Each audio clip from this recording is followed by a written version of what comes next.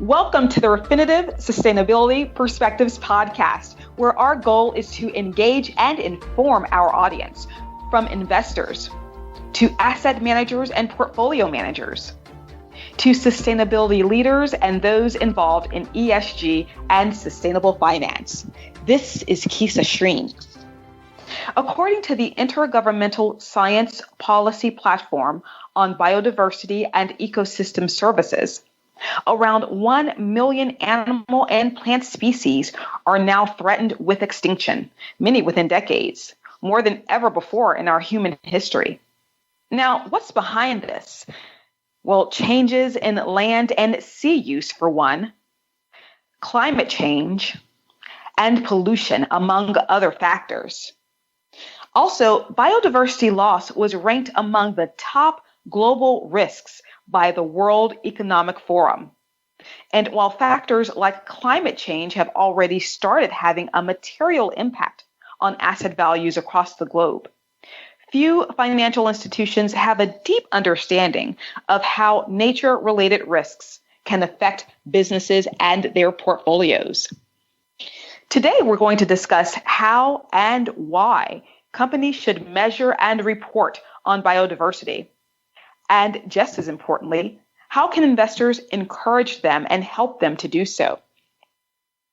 Here with us is Joël Houdet, Managing Director at the Biodiversity Footprint Company. Thanks for joining us, Joel. Thank you, Kisa. It's a pleasure. So what exactly do we mean by the term biological diversity, and why should corporations and investors care about it? All right. Well, biodiversity is about all living things, from species, genetic diversity, and the ecosystems that all of that lives in. And these things interact together, and they provide lots of benefits and services to companies and people. For instance, bees provide pollination services to agriculture. Fish is used by fisheries, and different types of companies use that for different products along the supply chain. And all of these different users also generate impacts along the way. And that leads to many types of risk from a business perspective. We see more and more companies facing physical constraints, typically access to biological resources being constrained.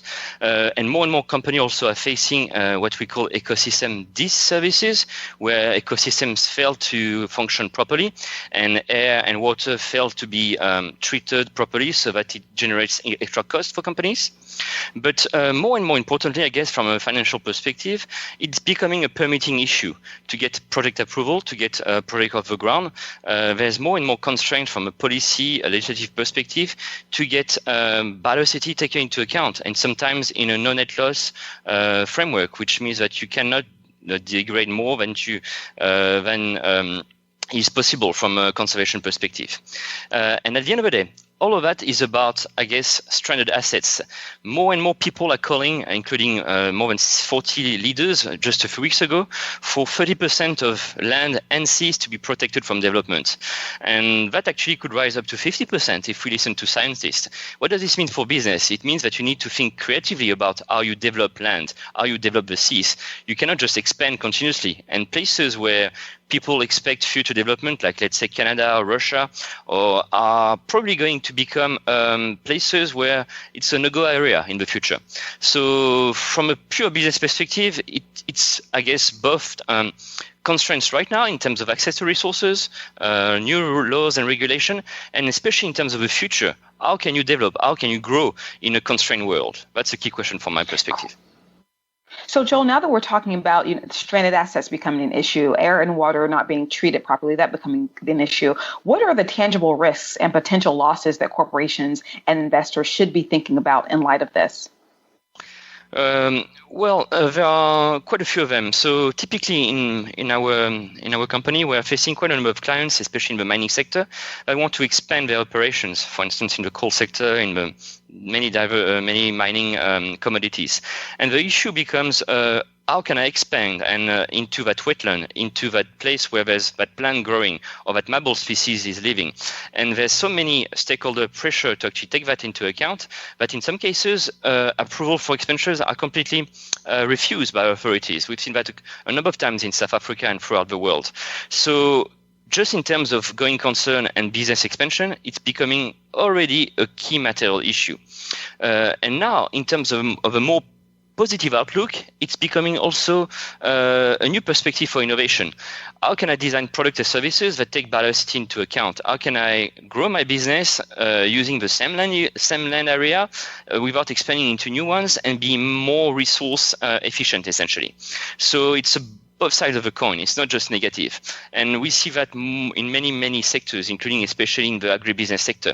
How can I become more efficient without destroying new wild nature and use what I've got already and make use of wild nature to pollinate or provide clean water?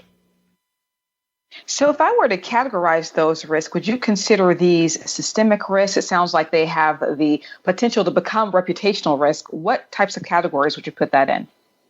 So historically, it was more reputational, especially when a threatened species, highly well-known species, was threatened by a business. You had your business reputation at stake. But more and more, I think it's a resource physical constraint that is occurring in many places in the world, especially from a commodity perspective. If, for instance, you talk about renewable energy and you need metals to actually grow your business, where are you going to source them? It's going to be a major issue of physical constraint because you cannot expand into wild areas in the future. That's one side. From a systemic perspective, the failure of ecosystem generates so many systemic risks, from failure of providing clean water throughout a watershed, also through climate change, causing all the different cataclysms that we've seen, from natural disasters to rise in sea level, which has huge impact I'm not going to go into. And from a policy perspective, as I said, there's a growing call from world leaders to protect 30% of land and surface area within the next 20 years. What does this mean for your business? How can you expand next door if there is a policy and a legislative context that forces you to offset your damages? It's going to be very, very expensive. So it sounds like these risks are already considered material risks. This is not something that's in the works. It's already there in terms of materiality. For many companies, it is already a material risk now. So let's switch gears and talk about firms that are successfully reporting on biodiversity, the ones that are just getting it right. Tell us about how they measure impact and what their disclosures look like. So, unfortunately, I cannot say that they're getting it right. Let me just comment on that. What I mean is more and more companies have got sustainability reports out there. Most of the major, largest companies out there, they do report on an annual basis on a number of topics. And typically, it's based on the management approach to sustainability risk and the disclosure of some quantitative metrics, for instance, water use, greenhouse gas emissions. When we talk about biodiversity, there's a limited number of companies that actually mention biodiversity. And there's a recent report that was published just 2 years ago. Out of the top 100 2016 Fortune 500 global companies assessment that was recently published, as I said, only 31 of those companies had actually biodiversity targets that were measurable, specific, and time-bound. So those few companies do have targets and KPIs, key performance indicators. But however, what's missing for almost all of them is the basic starting point of how much impact do they have. Nobody talks about their surface area that they control and they own, and what is the state of biodiversity on them. How much biodiversity is left, how much has been impacted historically through the last year and over time, essentially. So we're missing the magnitude and the scale of that impact is missing from these reports still. And I guess at the end of the day, there's been, from a business perspective, concern that we didn't have the right measurement tools, the right indicators to actually put together those data sets at a company level. These things are changing. There are more and more companies providing services in terms of biodiversity footprinting. There are more and more solutions out there. And for instance, encourage you to have a look at the EU Business and Biodiversity Network. They do an annual regular follow-up of all the different tools out there for companies, and they provide reports on what's the progress. And so basically at the end of the day, the solutions are there, but we are still missing that quantitative data in those reports. So let's dive deeper into that. I'm thinking, where does this biodiversity data even come from? What are the different sources? You talked about the EU business and biodiversity information. What other sources? How reliable are those sources? And what's being done to improve the quality of the data? So when we talk about biodiversity, we need to understand there's a value chain of information. First, there's the raw data sets. For instance, maps of vegetation, information about the occurrence of specific species in the landscape. This raw information has varying quality across different countries. For instance, we know quite well what's there in Europe, but we know very little about Amazonia or Central Africa or Southeast Asia. So there's disparity, and most of those data sets are managed either by some global organization like UNEP, World Conservation Monitoring Center, or national entities. But for those countries without any resources to get and manage those data, obviously it's a big challenge. But that's one side of the value chain, the raw data. Then it's about measuring the impact. It's about how do you measure the change in biodiversity over time. And for this, a number of organizations have developed different tools, and there are basically two models. One group of people focus on measuring the actual change through satellite imagery, through on-site surveys of different experts, and that's one side of one approach. And the other is based on modeling. Through clever algorithm, you can generate biodiversity footprints using what we call impact drivers, which are typically climate change information or resource use information. So those two approaches are being used, and I guess what matters at the end of the day is how do you want to use this. If it's for a high-level risk screening, typically a modeling approach can work. But if you want to get your project approval by a permitting authority, you need to have real data on site. Is that species actually present? Is that wetland really threatened? You can't rely on just model information. You need actually real data. So it's a mixed basket, but at the end of the day, I want to maybe to reassure your audience. It's the same with climate change data. You've got global data sets managed by different people, but you also need real internal data at the end of the day if you want to make any meaningful decision. You need to measure your own emissions, and that requires working through that process yourself. So in terms of the increase of this data, and I know there are different types. We have the real data versus the model info. Have you seen increases in the demand for data over the last couple of years? Yes, indeed. More and more nations are putting together what they call ecosystem accounts. There's a standard being finalized right now at the UN CEA. It's basically the body that sets accounting standards at the level of nations. And they're calling for each country to put together databases on biodiversity change. And that requires, obviously, input from business. And it can also supply information to different companies. But that's one side of things. On the other hand, more and more stakeholders are asking companies about what is the scale of a biodiversity footprint. If you're a retailer, if you're a mining operator, even if you're a financial institution, what is the biodiversity risk in your product and your services throughout your supply chain? More and more clients, even consumers, are asking about this on product labels. So there's definitely a growing trend, and I'm just going to mention a couple of examples. There's more and more pressure, typically at the EU level, even UK level, for product labeling regarding deforestation, regarding the loss of specific species. There's more and more demand for that type of information, and it's growing. Just want to add a couple of things that are linked to that. First of all, there's been some very interesting development at the level of CDP, which collects data privately from organizations on historically on climate and water, and they're expanding into biodiversity since last year. So that's also a new thing. So they're asking, especially the mining sector, for biodiversity impact information. And there's also in 2021, there's going to be the adoption of a post-2020 global biodiversity framework, which is going to be agreed upon by all the nations that are parties to the UN.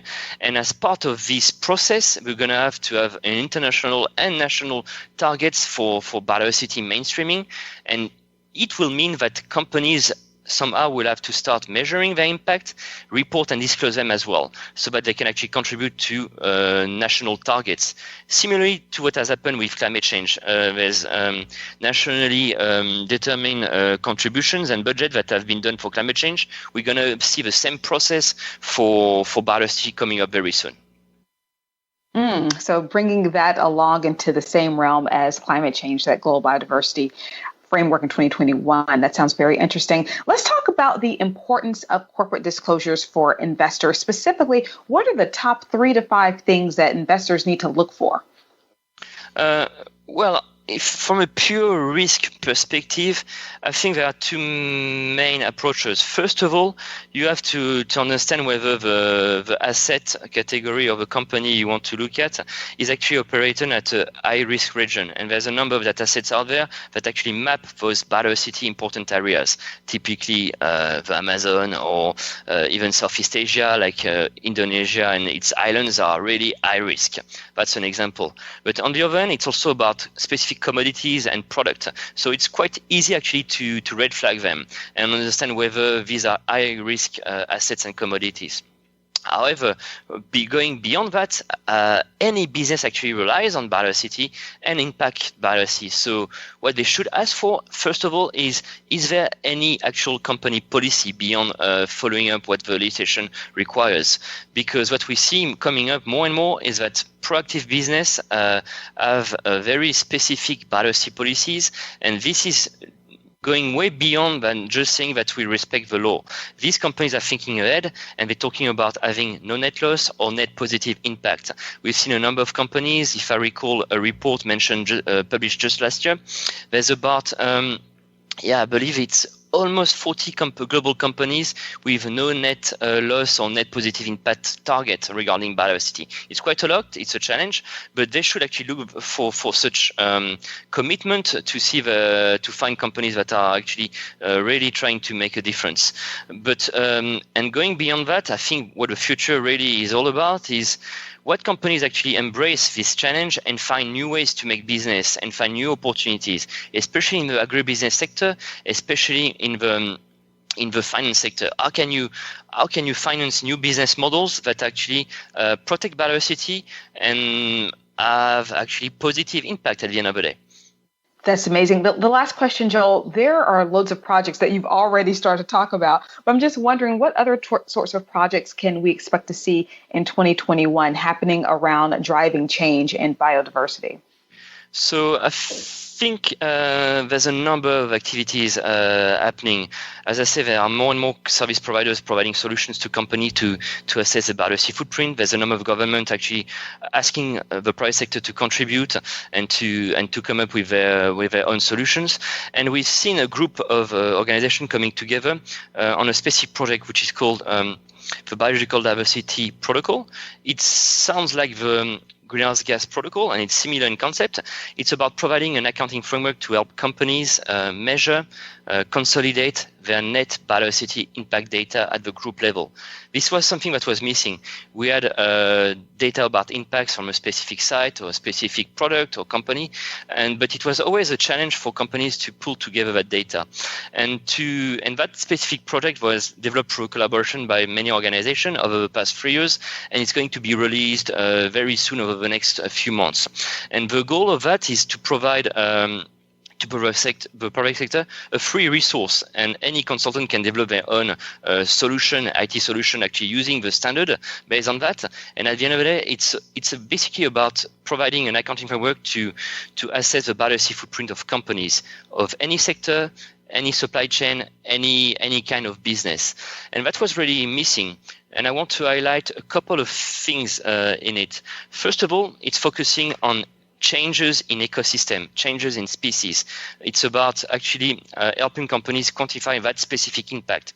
We're not talking about impact drivers like resource use or water use or climate change emissions. No, we're talking about changes in ecosystem condition and extent. We're talking about changes in the population of species. It's possible to quantify it, to measure it, and to put it together.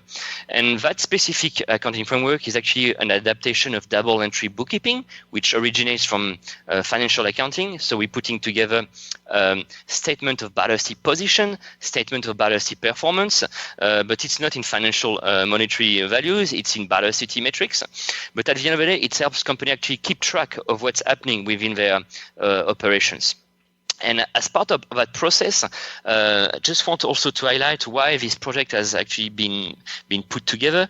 Is that from one of my partner organization, which is the Endangered Wildlife Trust based in Johannesburg, South Africa, we've been actually assessing Johannesburg Stock Exchange listed company for the past 3 years. We've been looking at the quality of a disclosure on biodiversity, and we've been making that information public. And what we found is that there is no quantified consolidated impact data at the level of a company. And that specific tool aims to address that gap, providing a framework which is freely available and makes it easy to compile biodiversity impact data for all report users, from investors to broader stakeholders. And at the end of the day, it's really about asking companies to assess and talk about their biodiversity footprint. In a nutshell, it's about what the ecosystem they control, they have under ownership or leasehold, and how much of it is in good condition or in bad condition. That's it at the end of the day.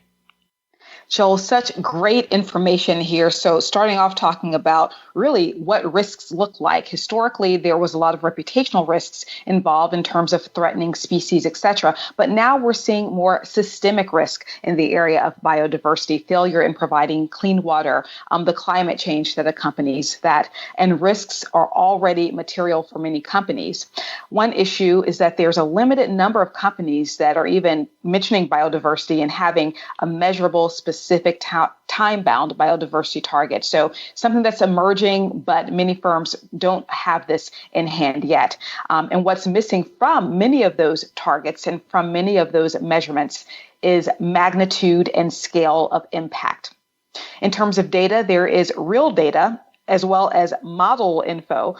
And we really need to understand how the data is to be used to make the best decision about which data approach to take, whether using real data or model data. And also worth noting here, definitely, more nations are putting together ecosystem accounts, so creating accounting standards, putting together databases on biodiversity change, and that's definitely hitting an uptick as we see more and more of that. Also, more stakeholders are asking about the scale of their biodiversity footprint, as well as biodiversity risk throughout their supply chains. What should investors look for? You mentioned, Joel, understanding the asset category that they're operating in and understanding what the risk of the region is. So whether they're operating in a high-risk region or a lower-risk region. And also, the specific commodities and products, are those commodities considered high risk? If so, we need to be mindful of that. Finally, one of the most important questions that an investor should ask, what is the company policy? Is the company thinking ahead, being forward thinking in terms of financing new business models that are protecting and improving biodiversity footprint? The projects that we expect to see in the near term, lots of those, just going to name a couple: Global Biodiversity Framework in 2021. And with that one, international targets are in play, as well as the Biological Diversity Protocol and accounting framework to measure net biodiversity footprint. Joel, Houdet, thank you so much for joining. Such a great and interesting conversation. Thank you, Kiza. It's a pleasure. We invite you to subscribe to the Refinitiv Sustainability Perspectives podcast on iTunes, Spotify, or wherever you stream your content. What did you think about the podcast? Leave us a review on iTunes or follow us on LinkedIn and Twitter for updates on our show. You can even check us out on YouTube now. Thank you for joining. See you next time.